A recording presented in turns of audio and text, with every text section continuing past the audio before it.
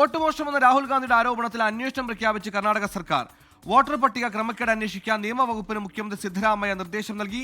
വിവരങ്ങളുമായി മുഹമ്മദ് റഹീസ് ചെയ്തു. റഹീസ്, തെരഞ്ഞെടുപ്പ് കമ്മീഷനെതിരെയുള്ള ഒരു ആരോപണമാണ്. ഈ പറയുന്നത് പോലെ കർണാടക സർക്കാരിന്റെ ജുറിസ്ഡിക്ഷനിൽ പറ്റുന്ന ഒരു അന്വേഷണമാണോ നടക്കുക?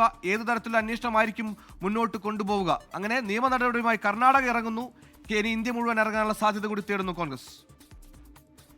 സുഹൈലെ, ഈ വിഷയവുമായി ബന്ധപ്പെട്ട് ഇന്നലെ തന്നെ മുഖ്യമന്ത്രി സിദ്ധരാമയ്യ നിയമോപദേശം തേടിയിരുന്നു. ഏത് തരത്തിലുള്ള ഒരു അന്വേഷണമാണ് സർക്കാരിന് നടത്താൻ കഴിയുക എന്നുള്ളത്. അപ്പോൾ ഏറ്റവും പ്രധാനമായും വന്നത് രാഹുൽ ഗാന്ധി ഈ വോട്ട് മോഷണ ആരോപണം ഉന്നയിച്ചതിൽ പ്രധാനമായി പഠന വിഷയമാക്കിയത് ഒരു മണ്ഡലമാണ്.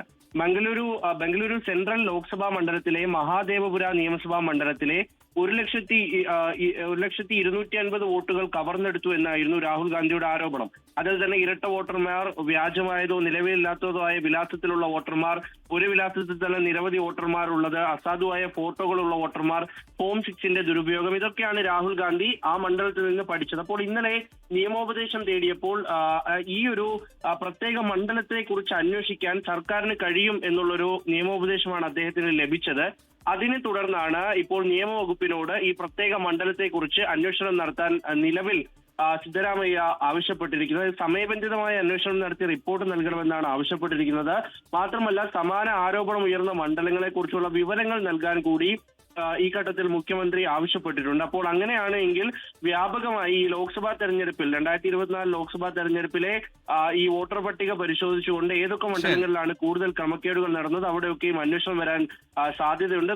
ഏറ്റവും പ്രധാനമന്ത്രി നരേന്ദ്രമോദി എത്തിയ ദിവസം തന്നെയാണ്, ബംഗളൂരിൽ അദ്ദേഹം എത്തിയ ദിവസം തന്നെയാണ് ഇത്തരത്തിലൊരു അന്വേഷണത്തിന് കൂടി സംസ്ഥാന സർക്കാർ ആഹ്വാനം ചെയ്തിരിക്കുന്നത്. സുഹൈൽ, വോട്ടെടുക്കുമ്പോൾ ചില മണ്ഡലങ്ങളിൽ ജനസംഖ്യ പരക്കെ അങ്ങ് കൂടും.